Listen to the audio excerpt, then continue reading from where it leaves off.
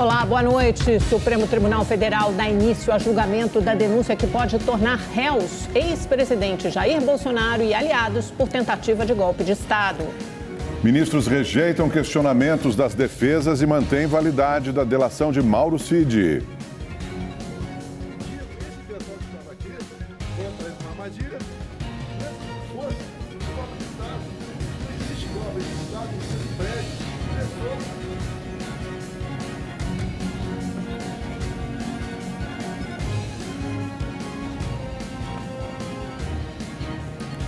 Você vai ver os principais assuntos de hoje do Rede TV News.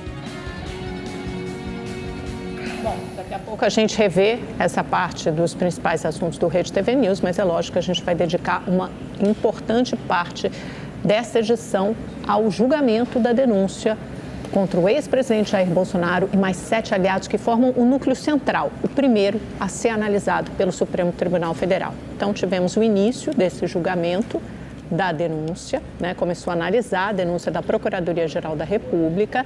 Eles são investigados, Jair Bolsonaro e os aliados políticos, por tentativa de golpe de Estado. O repórter Igor Damasceno acompanhou a sessão no STF e tem mais detalhes.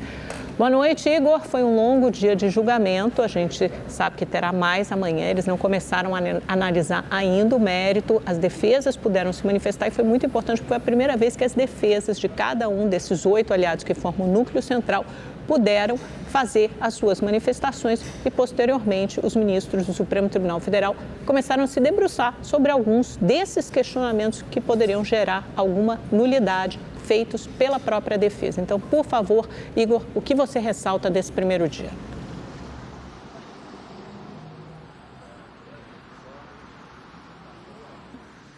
Olá, Amanda, boa noite a você, também ao Augusto, boa noite a todos que nos acompanham.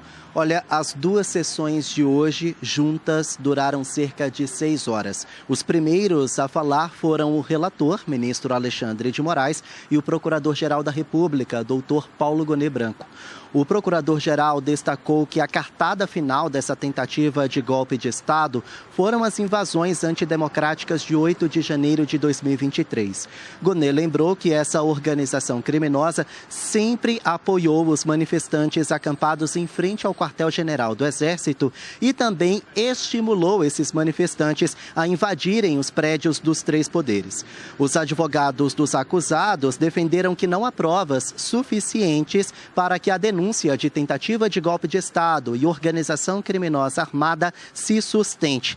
Dos acusados, apenas o ex-presidente Jair Bolsonaro acompanhou as 2 sessões presencialmente. Ele entrou e saiu sem falar com a imprensa, por orientação da defesa. Bolsonaro é acusado pela PGR, foi denunciado pela Procuradoria como o líder dessa organização criminosa que atentou contra a democracia no fim de 2022. Como já era previsto, a sessão foi suspensa para amanhã de manhã.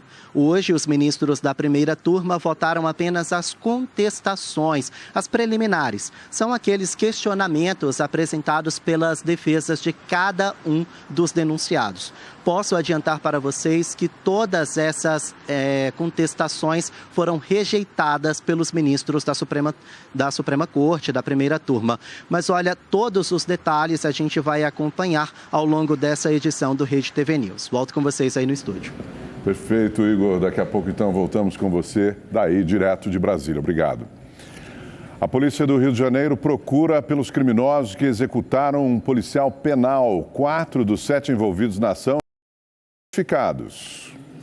Os agentes percorreram a comunidade da Vila Kennedy, na zona oeste do Rio, para cumprir mandados de prisão contra os suspeitos de cometerem o crime em dezembro do ano passado. Henry dos Santos, de 51 anos, pilotava uma moto em Santa Cruz, também na Zona Oeste, quando passou em frente a um depósito de bebidas que estava sendo assaltado. Testemunhas contaram que o policial teria abordado os suspeitos acreditando que as armas dos bandidos eram de gel. Os homens cercaram Henry e atiraram diversas vezes. Um idoso de 86 anos que estava dentro de casa também foi atingido. Durante as investigações, os agentes da Delegacia de Homicídios conseguiram identificar 4 dos 7 criminosos envolvidos na ação. Segundo a polícia, todos são ligados ao Comando Vermelho. Todos eles já tinham ficha criminal por tráfico de drogas, porte de arma de fogo, todos eles já tinham passagem pela polícia. Eles também realizam roubo de rua, atuam no tráfico de drogas e, ao que tudo indica, também se prestam a serviços de execução também de pessoas. Os alvos são Iago Ferreira Pinto, Fabiano da Silva Souza, Carlos Antônio Gomes Júnior, o Bradock, e Caio Felipe Ferreira da Cruz, o Reizinho, que também é apontado como executor de um policial militar reformado.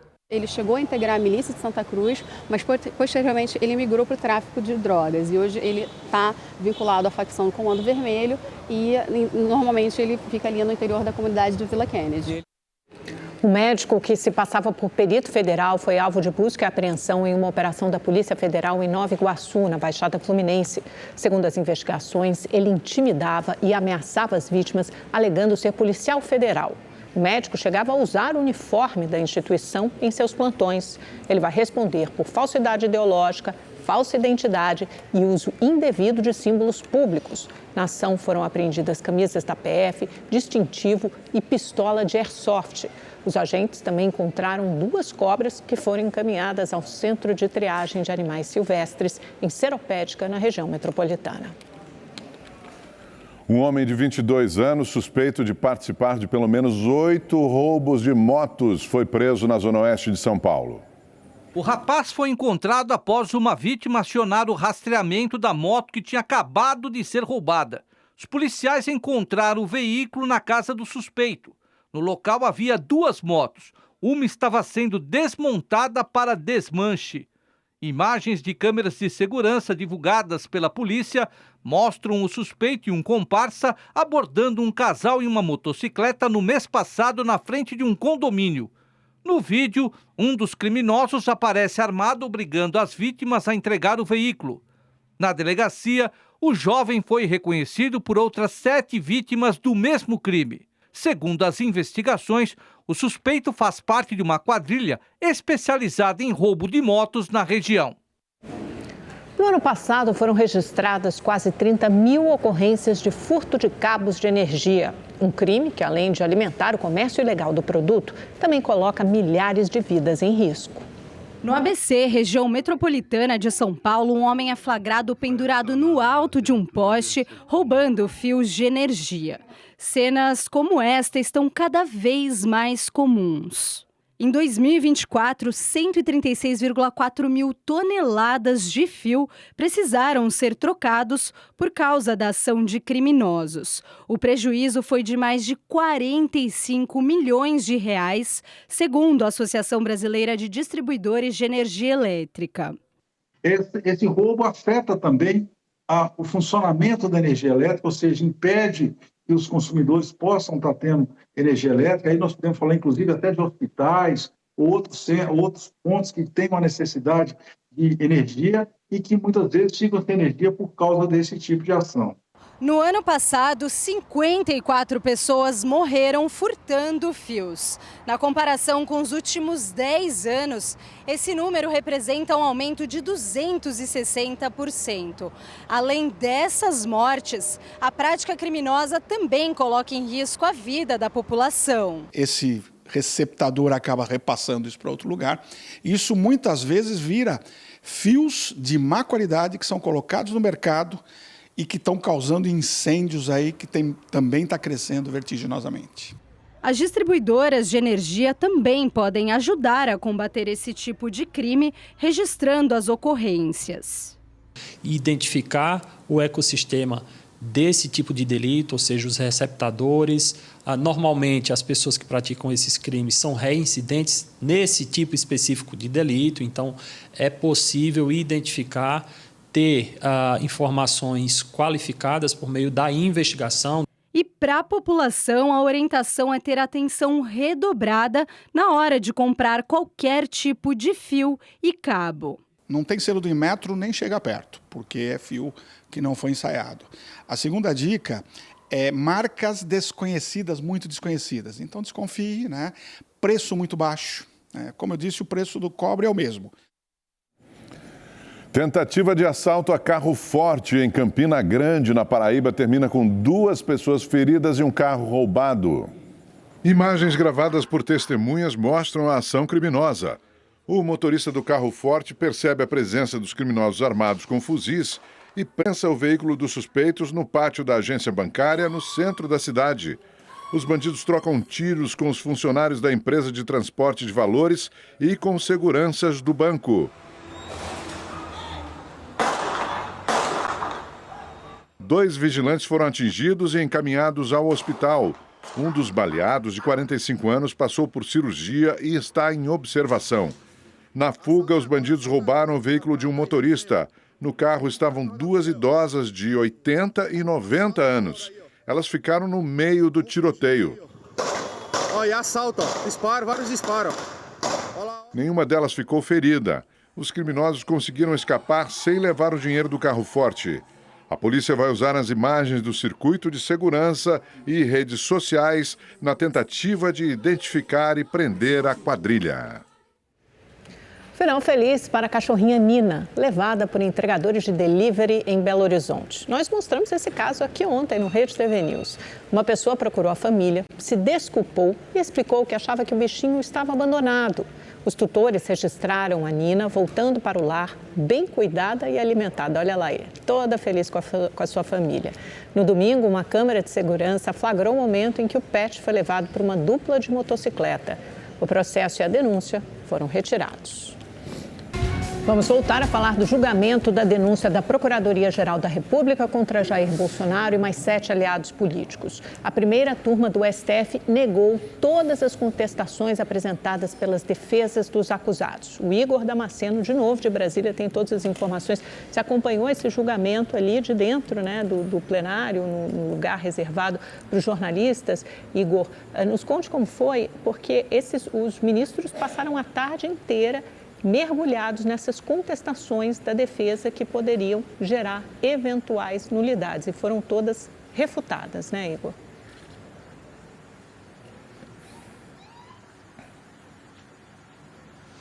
Exatamente, Amanda. Olha, foram 5 contestações analisadas pelos ministros da primeira turma do Supremo.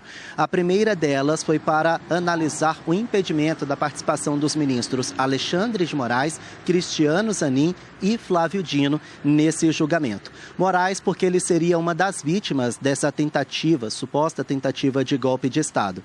Zanin e Flávio Dino, porque eles são ligados ao presidente Lula. Esse recurso foi negado por unanimidade na primeira turma, porque esse assunto já foi discutido no plenário da Suprema Corte. O segundo recurso foi justamente sobre a competência do STF e da primeira turma do Supremo. O ministro Luiz Fux discordou dos demais ministros. Ele defende que esse caso não seja analisado pelo STF e, se for, que seja no plenário e não na primeira turma. Vamos ouvir esse voto polêmico do ministro Luiz Fux. Ou nós estamos julgando pessoas que não exercem mais função pública e não têm foro de prerrogativa no Supremo, ou nós estamos julgando pessoas que têm essa prerrogativa e o local correto seria efetivamente o plenário do Supremo Tribunal Federal.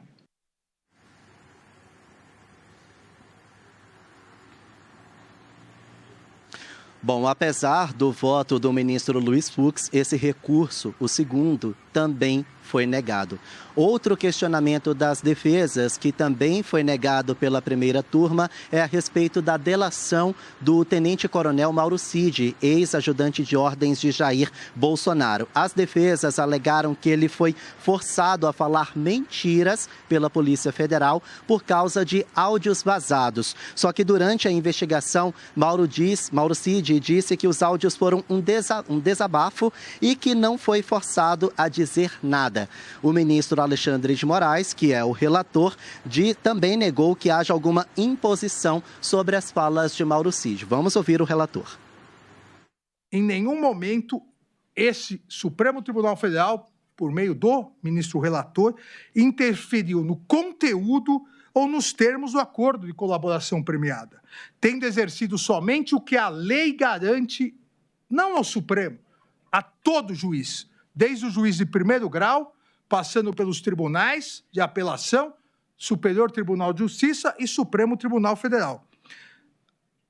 O papel de verificar a regularidade, a voluntariedade e a legalidade.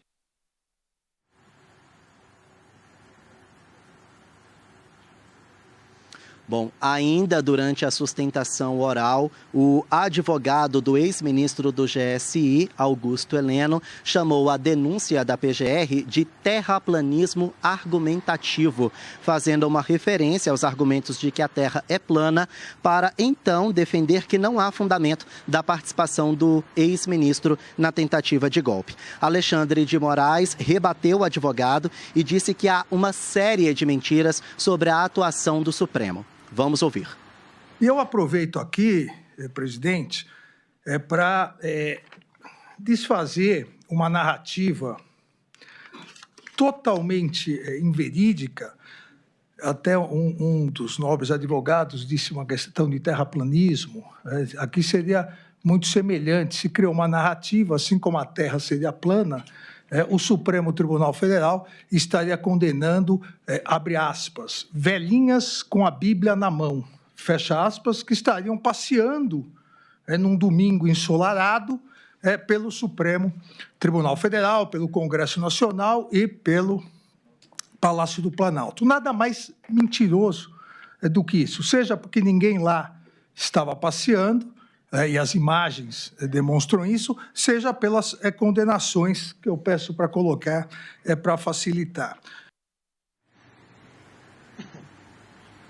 Bom, a primeira sessão começou por volta das 9h30 da manhã e foi marcada por tumultos. Sobre esse assunto, nós preparamos uma reportagem completa que você acompanha agora. O STF reforçou a segurança dentro e fora do prédio. A Polícia Judicial fez varreduras para investigar ameaças recentes contra os ministros. Jair Bolsonaro chegou ao plenário pouco depois das 9 da manhã para acompanhar a sessão na primeira fileira, ao lado dos advogados. Mais cedo, no aeroporto de Brasília, o ex-presidente afirmou que as denúncias não se sustentam e criticou a ausência de provas que o liguem à tentativa de golpe. Eu conversei no dia 2 de novembro com vocês.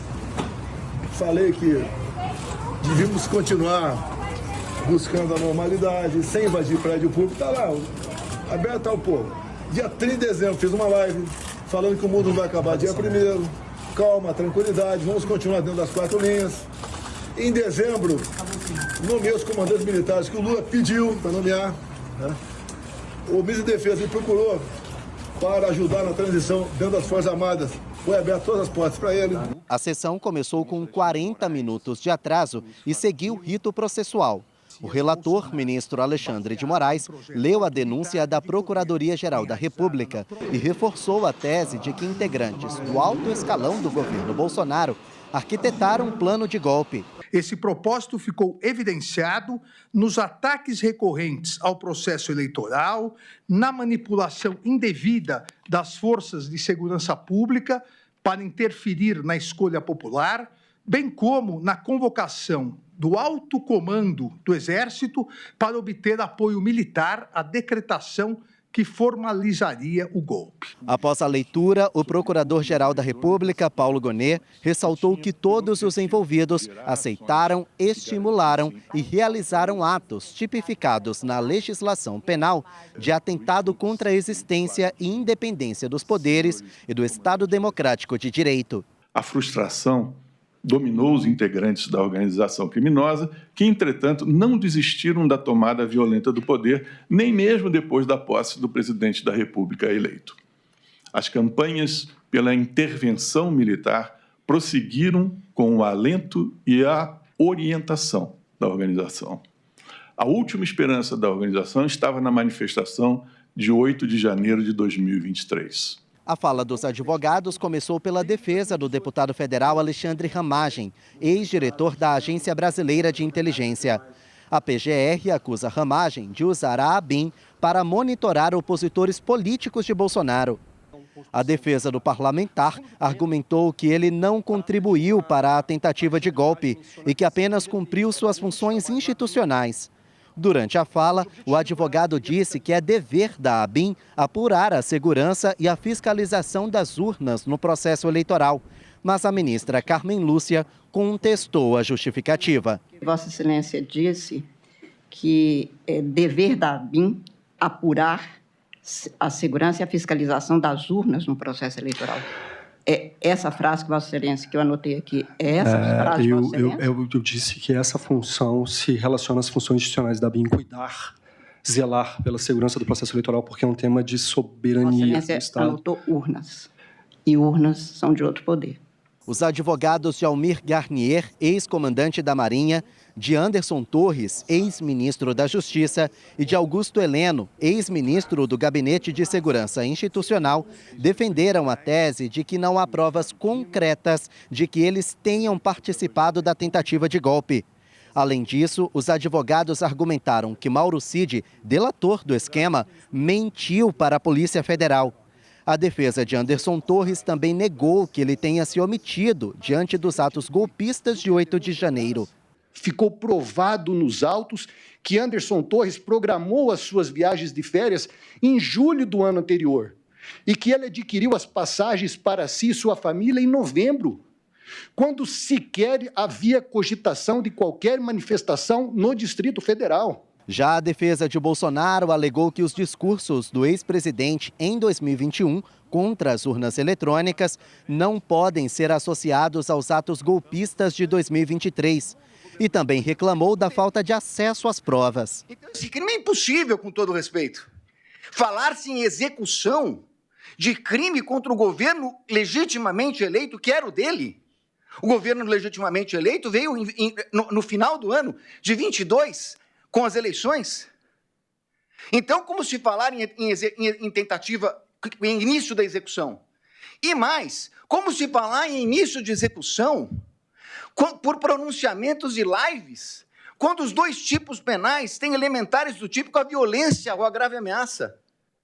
Não existia violência nem grave ameaça. O julgamento também teve momentos de tumulto. O desembargador aposentado, Sebastião Coelho, tentou entrar sem credenciamento e foi detido por desacato. Parlamentares do PL chegaram atrasados e foram barrados. Só depois conseguiram autorização para acompanhar a sessão. A expectativa é que até o fim do julgamento, aliados políticos dos acusados continuem defendendo que não há provas cabais contra eles e reforcem o pedido de anistia no Congresso Nacional.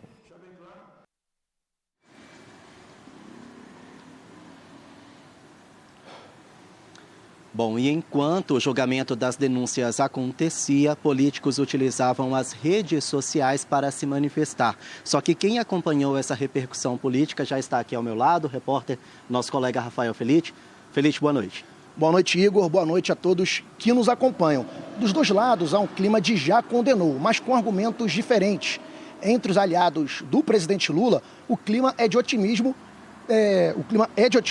no avanço do processo amanhã e também numa futura condenação de Jair Bolsonaro. Eles justificam que as provas colhidas pela Polícia Federal, os áudios, mensagens, os vídeos, documentos e as delações do ex-ajudante de ordens Mauro Cid são mais do que suficientes para condenar tanto Bolsonaro quanto seus aliados por uma tentativa de golpe de Estado no Brasil. Então vamos às repercussões. O presidente nacional do PT, o senador Humberto Costa, falou o seguinte, abrindo aspas para ele: tenho convicção que se fará justiça, até para que ninguém queira, no futuro, fazer uma tentativa de golpe, que seria, sem dúvida, extremamente sanguinária no nosso país. Na parte da oposição, os filhos de Bolsonaro, todos políticos, com destaque para Flávio Bolsonaro, senador pelo Rio de Janeiro, e Eduardo, deputado federal por São Paulo, fizeram críticas aos ministros, disseram que o julgamento não seria imparcial e tentaram também desqualificar de alguma forma as provas colhidas ali pela Polícia Federal. Outro importante líder da direita, o governador Tarcísio de Freitas, também se pronunciou nas redes sociais, publicou um vídeo em que ele fazia comentários positivos sobre o Bolsonaro e também, junto com esse vídeo, ele publicou os seguintes dizeres: toda a direita está unida em torno de um único nome, Jair Messias Bolsonaro. Já o PL e o presidente do Partido Liberal, que é o partido de Jair Bolsonaro, o presidente Valdemar Costa Neto, não vão se posicionar. O presidente Lula, alvo da tentativa de golpe, segundo a PF, está em viagem oficial no Japão e não se posicionou. Os presidentes da Câmara, Hugo Mota, e do Senado, Davi Alcolumbre, também não se posicionaram. Eles acompanham Lula na comitiva lá no Japão. Essas foram as principais repercussões sobre o seu primeiro julgamento da primeira turma. E amanhã a gente fica de olho para novos posicionamentos, caso Bolsonaro seja condenado ou não. Voltamos aos estúdios. Perfeito, obrigado a você, Rafael, e também ao Igor. E amanhã, no terceiro episódio da série Inteligência Artificial, o Futuro Agora, os desafios no mercado de trabalho.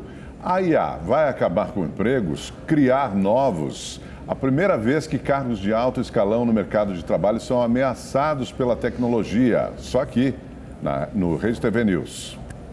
Hora de falar da previsão do tempo com o Igor Silveira. E aí, Igor, o que esperar para amanhã? Boa noite. Vamos lá, boa noite, Amanda, boa noite, Augusto. Boa noite para você que está em casa. Olha, a quarta-feira vai ser com bastante instabilidade ainda em toda a região norte e o centro-oeste. Previsão de chuva a qualquer hora do dia. No sul do país, o sol aparece pela manhã, à tarde as nuvens ficam carregadas e aí deve chover no Paraná, Santa Catarina e em pontos do Rio Grande do Sul. Em São Paulo, chove no litoral por causa da passagem de uma frente fria, mas aqui na capital paulista, as máximas podem chegar aos 28 graus e quase não tem previsão de chuva. A mesma temperatura vale para quinta-feira. Sexta e sábado, a máxima sobe para 30 graus e a chuva perde força. No Rio de Janeiro tem bastante nebulosidade e por lá os termômetros alcançam 28 graus e pode chover no período da tarde em pontos isolados. Em Belo Horizonte, a mesma temperatura e Vitória, no Espírito Santo, chegando aos 30 graus amanhã. O sol está garantido em todo o interior nordestino, como a gente observa aqui no mapa, mas tem previsão de chuva no Maranhão, no Piauí e no Ceará. A chuva pode ser volumosa por lá. Quanto às temperaturas máximas, alcançando 32 graus em Salvador, na região norte, 31 de máxima e no centro-oeste, marcando 35 graus amanhã, lembrando, com previsão de chuva e por lá pode ser volumosa. Boa noite para todo mundo. Amanda, Augusto. Perfeito, Igor. Obrigado a você. Até amanhã, então.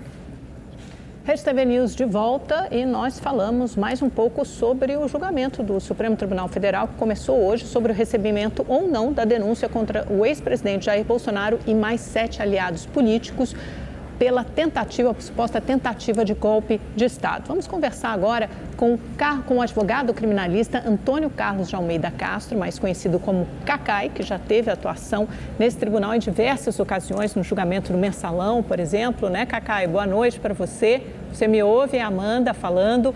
Cacai, queria primeiro saber, ter uma avaliação geral sua sobre esse primeiro dia de julgamento, tantas manifestações das defesas, você que é um advogado tão reconhecido, se essas manifestações, se algum ponto, algum questionamento levantado pela defesa faz sentido para você, embora essas teses tenham sido refutadas, rejeitadas preliminarmente ali pelos ministros da primeira turma.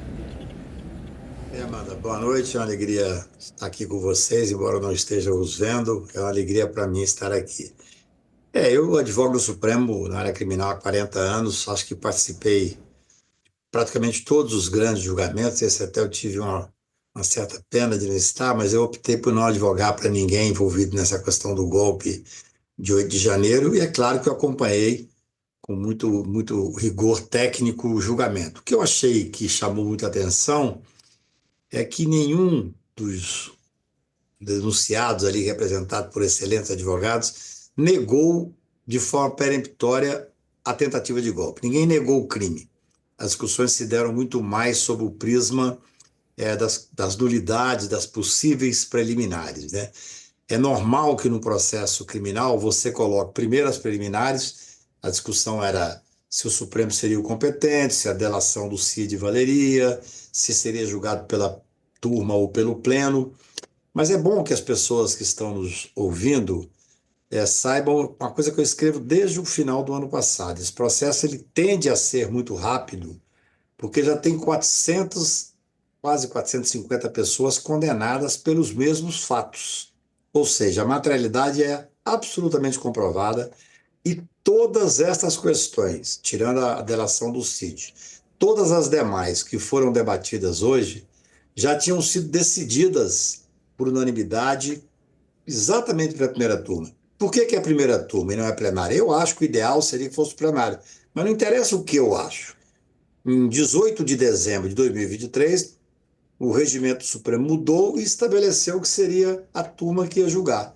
Então não tem discussão jurídica, é a primeira turma que vai julgar. Só aqueles que foram denunciados antes de 18 de dezembro que foram julgados pelo pleno.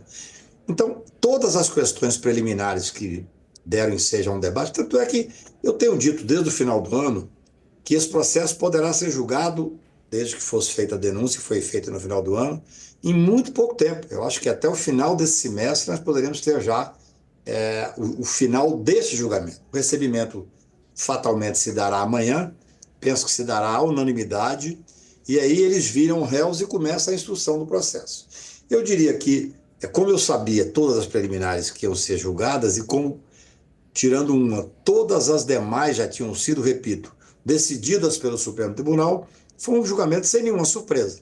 Claro que é sempre bom ouvir os advogados falar, o doutor Paulo Gonet falar, mas não teve surpresa. A única coisa que me causou uma certa, eu diria, quase perplexidade, é que eu não vi ninguém negar peremptoriamente a questão da tentativa de golpe. É como se já tivesse devidamente sedimentado, é claro que a gente sabe que está, você tem 400 pessoas condenadas, é porque não há dúvida que houve, os crimes aconteceram. Amanhã nós vamos ter o quê? Um debate sobre autoria. Porque para você começar o processo penal, você tem que ter justa causa, tem que comprovar. A materialidade está amplamente comprovada. Afastar as preliminares, foram todas afastadas. Agora vai ser um debate, que, através dos votos dos ministros, os advogados não falam mais, através do voto para dizer a autoria. E me parece que, especialmente em relação ao ex-presidente Bolsonaro, a autoria é inequívoca. Ele era o principal organizador, o principal beneficiário. Então, acho que amanhã nós teremos início à ação penal. Cacá, e o ex-presidente Bolsonaro estava ali presente, né, acompanhando esse julgamento de hoje. Ele que parece estar numa realidade paralela. Será que ele tomou um banho de realidade hoje com as refutações do ministro Moraes? Augusto, eu advoguei já para 4 presidentes da República, para mais de 90 governadores, e eu não critico de maneira alguma o colega que opta diferente. Eu tenho por convicção que não devo levar, especialmente um ex-presidente ou um ministro de Estado, na sessão de julgamento. Mas eu respeito a atitude dele e respeito a atitude do advogado. O que eu achei estranho, a presença dele não causa nenhum tipo de constrangimento, absolutamente. O que eu achei estranho é que eu acompanhei, obviamente, o julgamento e eu vi pelas redes sociais que ele fazia, ao mesmo tempo, uso do WhatsApp, fazendo observações sobre o julgamento de forma até meio jocosa. Isso eu acho inacreditável. Agora, há 20 minutos atrás, eu vi uma determinada jornalista ler na televisão observações dele de forma bastante duras sobre o julgamento de hoje. Isso evidentemente não é normal. Eu até tenho uma preocupação institucional e como advogado, como democrata que sou, como cidadão que acompanha a vida institucional do país, porque naquele dia que teve aquela manifestação no Rio de Janeiro, que disseram que iam levar 1 milhão de pessoas contra a anistia, a favor da anistia, e na verdade foram 18 mil pessoas, estavam naquele carro de som 4 governadores, e estava lá o senhor Malafaia, xingando o relator do Supremo Tribunal Federal. Isso é inadmissível, absolutamente inadmissível. Eu até escrevi um textozinho fazendo uma reflexão que o que me parecia é que houve uma desistência da defesa técnica. Quando você parte para um tipo de agressão, seja naquele dia, seja essas mensagens que eu vi hoje pela imprensa, onde ele critica de uma forma muito jocosa o Supremo Tribunal. O que me parece é que talvez haja uma tentativa de radicalização, porque, veja bem, hoje está sedimentado que a hipótese de não receber a denúncia, ou seja, não virarem réus, é muito pequena. Porque agora só vai debater amanhã, basicamente, a questão da autoria. Tudo mais foi discutido hoje. E a autoria do Bolsonaro, ela é absolutamente evidente. A não ser que tivessem discutido a hipótese de ser inimputável. E é claro que ele conhecia tudo. As provas não é só a delação.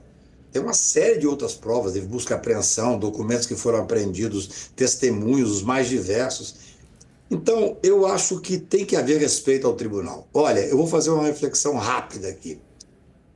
Nessa tentativa de golpe, que por sinal a peça de denúncia do Dr. Paulo Gonet é extremamente técnica e bem feita, assim como a paixão. O Dr. Paulo é um homem técnico, Dr. Paulo Gonet. Ele demonstra que uma das estratégias para tentar o golpe é exatamente desestabilizar o Supremo Tribunal e desestabilizar o Poder Judiciário. Por quê? Nós tínhamos um executivo fascista durante a vigência do governo Bolsonaro, na minha visão. tínhamos um Congresso Nacional cooptado. A grande maioria do Congresso Nacional estava cooptado.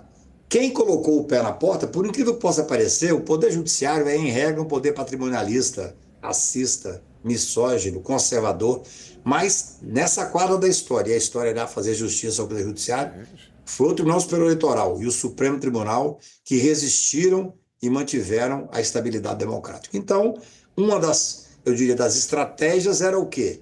Era exatamente provocar e tentar desestabilizar o Poder Judiciário.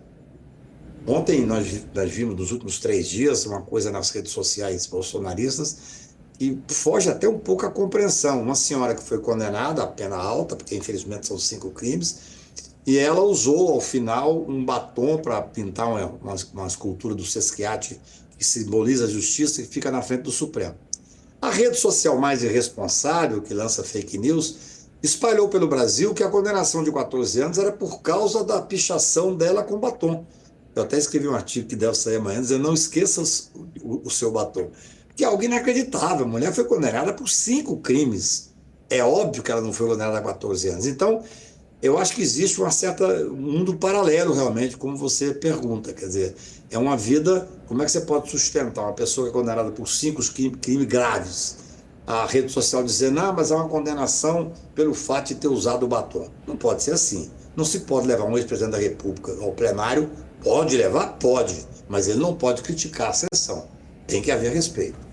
Cacai, muito obrigada pela sua participação aqui no Rede TV News. Já fica o convite para voltar, porque, pelo visto, como você disse, a denúncia será aceita e nós teremos um longo processo pela frente. Muito obrigada. Sempre boa noite. Bom ouvi-lo, Cacai. Obrigado. Uma alegria enorme estar aqui com vocês. Abraço grande. Abraço, boa noite.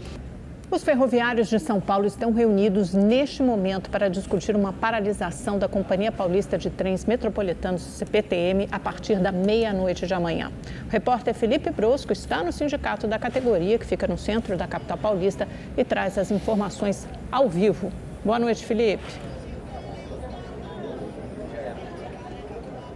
Olá, boa noite, Amanda, Augusto, a todos que nos acompanham. É isso mesmo, estamos aqui em frente à sede do Sindicato dos Ferroviários, aqui na região central de São Paulo, onde já há uma grande movimentação. Essa assembleia marcada para as 8 horas da noite de hoje está um pouquinho atrasada, deve começar em instantes, e os ferroviários eles devem decidir então se a linha 11 Coral, a linha 12 Safira e a linha 13 Jade dos trens da CPTM, se elas devem entrar em paralisação a partir da meia-noite já desta quarta-feira. A categoria é contra o programa de privatização dessas linhas, que devem inclusive ir a leilão já nesta sexta-feira aqui em São Paulo. A categoria teme que isso traga uma precarização do serviço e também por possíveis demissões. Já o governo de São Paulo alega que essa privatização ela traz vários benefícios, como uma agilidade do funcionamento do sistema, dos trens. Também promete um investimento aí da ordem de 14 bilhões de reais, com melhoria em estações, a criação de novas estações e reforma também das estações existentes. Bom, fato é que se essa paralisação ela for aprovada, ela deve afetar aí cerca de 830 mil passageiros por dia que fazem o uso desses trens. Juntas, a linha 11, a linha 12 e a linha 13, elas atendem cerca de 30 estações que ligam a região central de São Paulo à Zona Leste, além de outros municípios também, como Guarulhos, Mogi das Cruzes e Suzano. Por enquanto a situação é essa, muita expectativa, tem bastante gente aqui em frente ao sindicato e deve começar então dentro de instantes essa assembleia para decidir se haverá paralisação do funcionamento dos trens aqui em São Paulo. Amanda. Perfeito, Felipe, obrigado por suas informações. O Supremo Tribunal Federal formou maioria para condenar a deputada federal Carla Zambelli a 5 anos e 3 meses de prisão, além da perda do mandato parlamentar. Ela está sendo julgada pelos crimes de porte ilegal de arma de fogo e constrangimento ilegal, no caso em que perseguiu um homem armada depois de uma briga política na véspera do segundo turno das eleições de 2022 nos Jardins, em São Paulo. Os ministros Dias Toffoli e Cristiano Zanin anteciparam o voto a favor da condenação. Com isso, o placar está em 6 votos a 0. O julgamento está suspenso porque o ministro Nunes Marques pediu vista e terá 90 dias de prazo para apresentar o voto dele. Obrigado a você pela companhia nesta terça-feira. O Rede TV News fica por aqui. Uma ótima noite para você. Nos vemos amanhã. Uma ótima noite. Até amanhã.